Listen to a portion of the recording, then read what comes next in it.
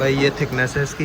ये वाले तो फास्ट एंड एग्रेसिवली गाड़ी ड्राइव करनी है तो Crysta is any day better than a high. भाई सबसे पहले इसमें गाड़ी में से ना सामान खाली करते हैं। टॉवल्स वगैरह रखे हुए हैं, ये अंदर जाके वॉश हो जाएंगे।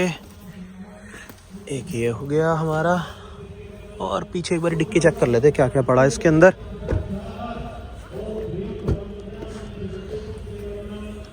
डिक्की तो हमारी ऑल क्लीन।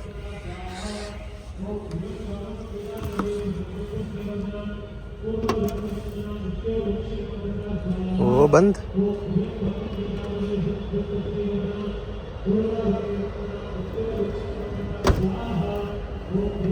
हो गई। अभी भाई हमने अमेज स्टार्ट करी है, इनोवा हटा के अमेज को उसकी जगह खड़ी करेंगे बिकॉज अभी हम लेके जा रहे हैं इनोवा को इसकी 4th सर्विस पे। और 4th सर्विस में भी ये थोड़ी सी ज़्यादा चली हुई है, ज़्यादा नहीं, क्योंकि पिछली इस बारी जो रीडिंग आ रही है ना वो पिछली बारी से ही थोड़ी सी बड़ी चल रही थी। बिकॉज फर्स्ट या सेकंड सर्विस में हमने थोड़ी सी ज़्यादा चला ली थी एंड अब वो थोड़ी सी चीज़ बढ़ गई है आगे। 4th सर्विस के टाइम पे भाई ये पता कितनी चली हुई है, 45,000। अमेज हमने खड़ी कर दी यहाँ एंड इसे लेके चलते हैं। भाई गर्मी बहुत ज़्यादा हो रही है। मैंने तो हाफ स्लीव्स के ऊपर ना जैकेट पहनी हुई है, उसमें भी मेरे को गर्मी लग रही है। एंड ये अभी चली है 44,595। शोरूम पहुँचते तक अभी तो 10 किलोमीटर का डिस्टेंस है यहाँ से वहाँ तक का। एंड निकलते हैं भाई। So hello guys, good morning, welcome back to the vlog. And ये वाला व्लॉग इनोवा की 4th सर्विस का होने वाला है। एंड इसमें क्या एस्टिमेट आता है, क्या क्या काम होता है एंड क्या एक्चुअल बिल आता है, प्लस हमें ये इसकी मेजर सर्विस वो बोल रहे थे पिछली बार, तो अब जाके पता लगेगा कि मेजर है या क्या है, तो उसका क्या एक्सपेंस बैठता है वो सारी चीज़ें आपको बताऊंगा, plus the feedback of the showroom, that is must. बाहर निकलते इधर ब्लिंकिट का जाम। यहाँ भाई लोग देखना कैसे रॉन्ग साइड आ रहे हैं फुल स्पीड में। एंड हमें यहाँ से लेना है यू टर्न। यहाँ चल रहा है डिवाइडर का काम, उधर लोग रॉन्ग साइड घुसे जा रहे हैं। Highly mismanaged traffic. एंड यहाँ यू टर्न भी लग रहा है, कैसे ही चलेगा। और आगे बिल्कुल भाई खाली है, बिल्कुल खाली है, बस ये ट्रक के यू टर्न के चक्कर में। बिकॉज यहाँ पे एक है धर्म कांटा। अभी ना ये वाली गाड़ी में अराउंड अभी 120 किलोमीटर्स में अभी कल रात को हाई क्रॉस चला के लाया हूँ। When we were coming back from Solan to Meerut. Vibhav ने हाई क्रॉस ली है, उसके पास क्रिस्टा भी है एंड अब उसने नेक्स्ट हाई क्रॉस अपनी फ्लीट में ऐड करी है। एंड मतलब हम लोगों का, संभव का और मेरा ड्राइविंग एक्सपीरियंस हाई क्रॉस के बाद ये था, गाड़ी गड्ढे बहुत अच्छे पीती है because of the monocoque chassis.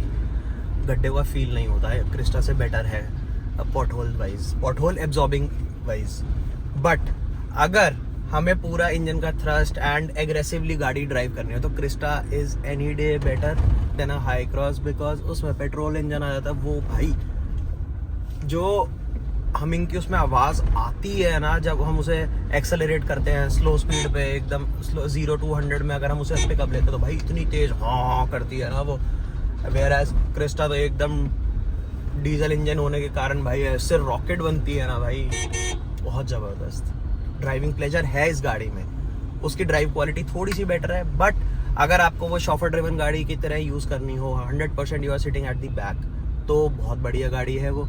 Whereas अगर आपको ड्राइविंग एक्सपीरियंस भी चाहिए प्लस कंफर्ट भी चाहिए तो क्रिस्टा इज बेटर। तो दोनों गाड़ियों के ना अपने प्रोज एंड कॉन्स है। प्लस भाई हाई क्रॉस जो है वो अपग्रेडेड वर्जन ऑफ क्रिस्टा है, तो कुछ ना कुछ चीज़ें तो भाई उसमें 100% बेटर है ही। प्लस उसका स्टीयरिंग बहुत ज़्यादा लाइट है बिकॉज ऑफ EPS एंड इसमें ऑयल कंट्रोल वाला है, तो भाई थोड़ा तो अब हैवी है ये। इसमें पूरी SUV वाली फील आती है, उसमें नहीं आती। ये SUV नहीं है, MUV है, बट हाँ जो इसका स्टीयरिंग की स्टिफनेस है वो पूरा कॉन्फिडेंस देती है। तो अभी हम रुके थे गौशाला, कुछ काम था एंड यहाँ से हम निकल चुके हैं शोरूम के लिए। शोरूम का डिस्टेंस रहेगा 12 से 15 मिनट का, बिकॉज पूरी दिल्ली रोड क्रॉस करके एंड हमें फिर यू टर्न मारना पड़ेगा हाईवे से, उसी में मेन टाइम लगता है। एंड कुछ ऐसे लोगों के चक्कर में जो ये रॉन्ग साइड घुस के आ जाते हैं, भाई इनका कुछ नहीं हो सकता, कुछ भी नहीं।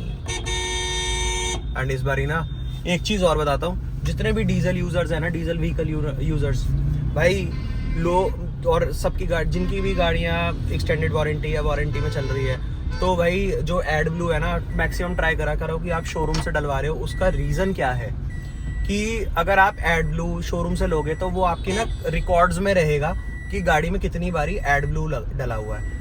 अगर गाड़ी में कल को DPF फिल्टर की कोई दिक्कत आती है तो सबसे पहले कंपनी वो ही चेक करती है कि आपने एड ब्लू कितनी बारी कंपनी से लेके डलवाया है। अगर आप बाहर से डलवाओगे तो भाई वो रिकॉर्ड मेंटेन होगा ही नहीं।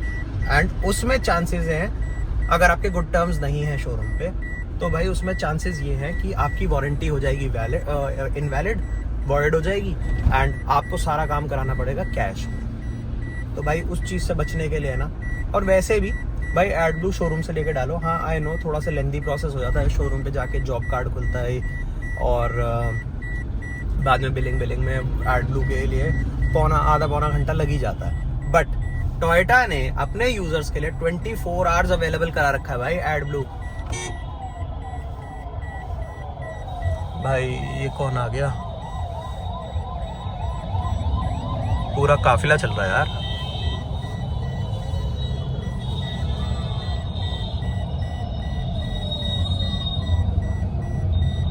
गाड़ियों तक तो ठीक था, ये बाइकर्स कहाँ से आ गए बीच में।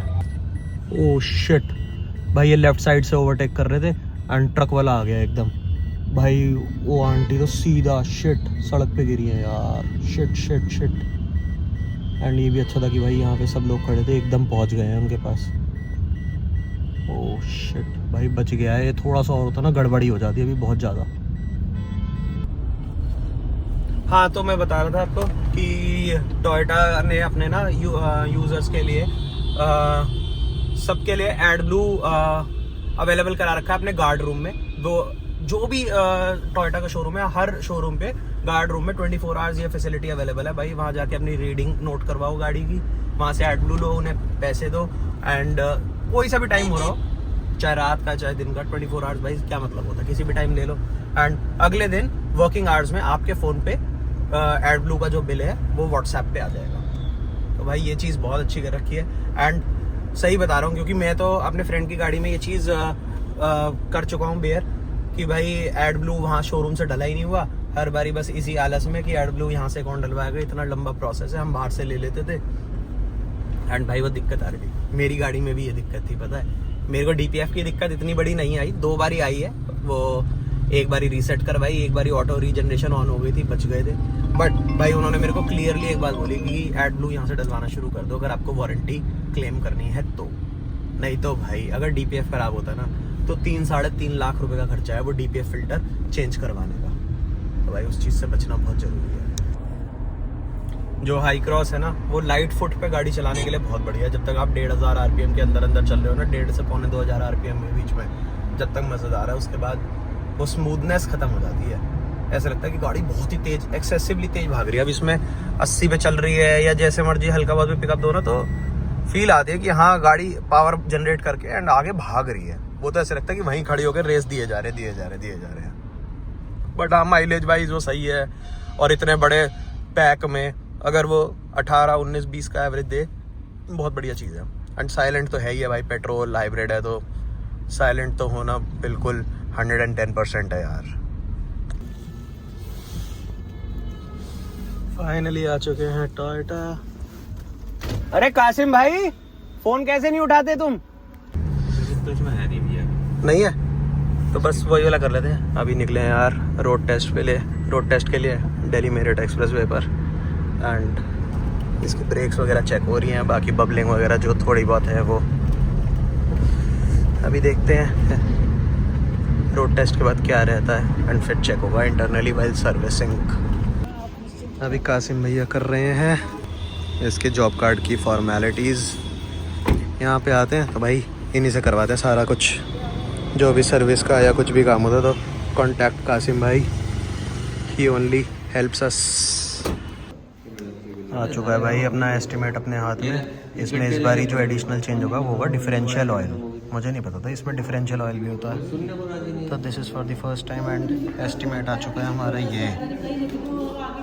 बाकी देखते हैं यार अभी क्या कितने में कैसे होता है। डिस्कोरिया क्लीन ऑयल यहाँ पे भी हमारा निकल चुका है, मतलब मेरा नहीं, गाड़ी का ऑब्वियसली। एंड ब्रेक्स वगैरह चेक हो रहे हैं अभी तो। बाकी ड्रम्स वगैरह ऑलरेडी क्लीन हो गए हैं एंड ये पड़े हैं इसके टायर तो हम रोटेट करवाएंगे नहीं बिकॉज आगे के अभी नए हैं। एक हमने स्टेपनी का यूज़ में ले लिया था, एक नया ले लिया था बिकॉज एक टायर हमारा फट गया था। एंड इस बारी यहाँ से होगा डिफरेंशियल ऑयल चेंज इसका।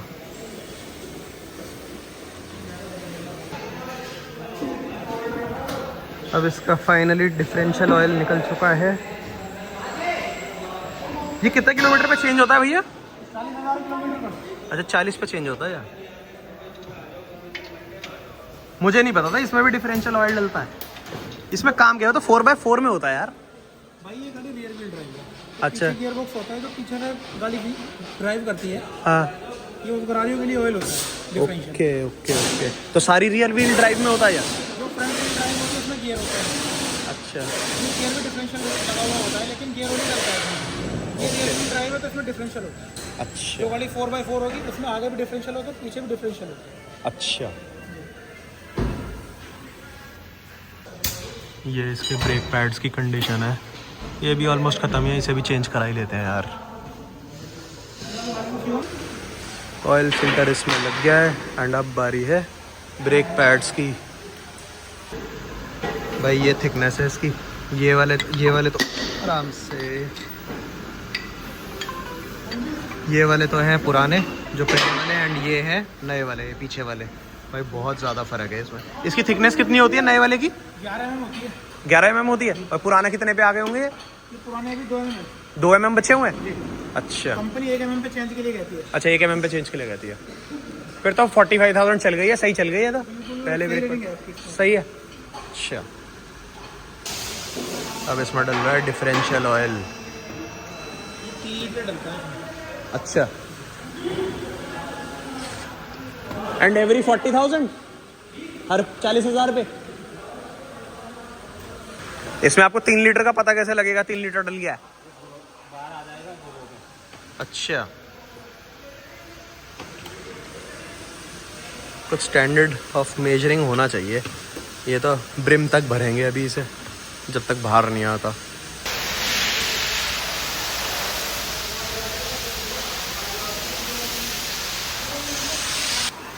भैया ये एक क्या एयर फिल्टर कितने किलोमीटर चलता है?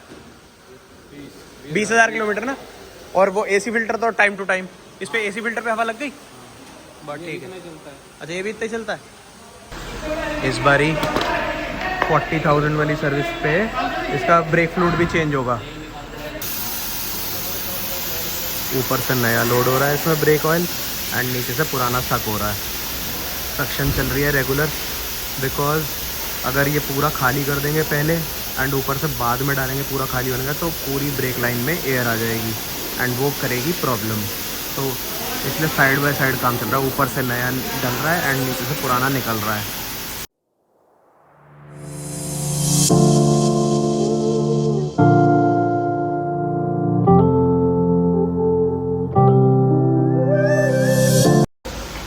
वो 4 लीटर वाला कैन है?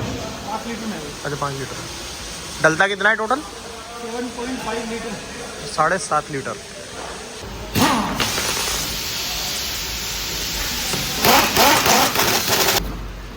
एड ब्लू भी आ गया अपना। इस बारी पैकिंग बदल दी इसकी, पहले तो वो जा रहा था गोल्डन वाला। तो ये ब्लू हो गया ना कारण? अब एड ब्लू हो गया। अच्छा एड ब्लू हो गया, एड ब्लू से ब्लू बना दिया इसको। इसकी वैसे तो एड ब्लू की लाइट जली नहीं थी बट हमने पहले ही टॉप अप करा लिया है इसे ताकि बीच में दिक्कत आए उसका कोई फ़ायदा नहीं बिकॉज फिर वापस शोरूम भागो तो उसका कोई सेंस नहीं है। तो अभी टॉप अप करा के रख लेंगे, जो सेकंड कैन में से बच जाएगा वो घर ले जाएंगे जब ज़रूरत पड़ेगी, जब डल जाएगा वो। एक इसकी अब बैटरी भी टेस्ट करा लें बिकॉज 3.5 साल हो गए हैं एंड लगी भी इसमें जो ब्रांड की बैटरी है ना वो ज़्यादा दिन चलती नहीं है, मतलब जितने का टाइम टेन्योर होता है बस उतनी चलती है, उसके बाद ख़त्म हो जाती है। गुड बैटरी है, बैटरी गुड। बैटरी गुड है, बस ठीक है फिर तो। अभी हमने एयर फिल्टर क्लीन कर दिया, ठीक है। ऑयल डाल दिया गाड़ी में, ठीक है। हाँ एडमिट फिल हो गया हाँ और विंडशील्ड वॉशर फ्लूइड हो गया, ठीक है। डाल दिया, ब्रेक फ्लूइड हो गया, हाँ बैटरी का मोटर चेक हो गया। हाँ, बाकी सब बस अब वॉशिंग रह गई है। हाँ बाकी वॉशिंग रहेगी, रोड टेस्ट करा लेते हैं, उसके बाद वॉशिंग कराते हैं। ठीक है ठीक है। नेट ऑफ 1.25 आवर्स में इन्होंने गाड़ी की सर्विस कर दी एंड सब कुछ हो चुका है इसमें, बस जो रह गया है अब रह गई है वॉशिंग, अब वो होती रहेगी। अब आगे चलते हैं, अपना आराम से बैठते हैं।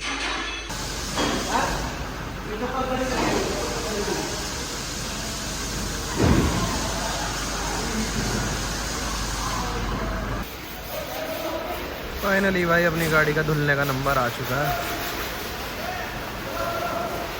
बस आगे जो भी अब क्यू में होगी वो हटते अब हमारी गाड़ी लग जाएगी।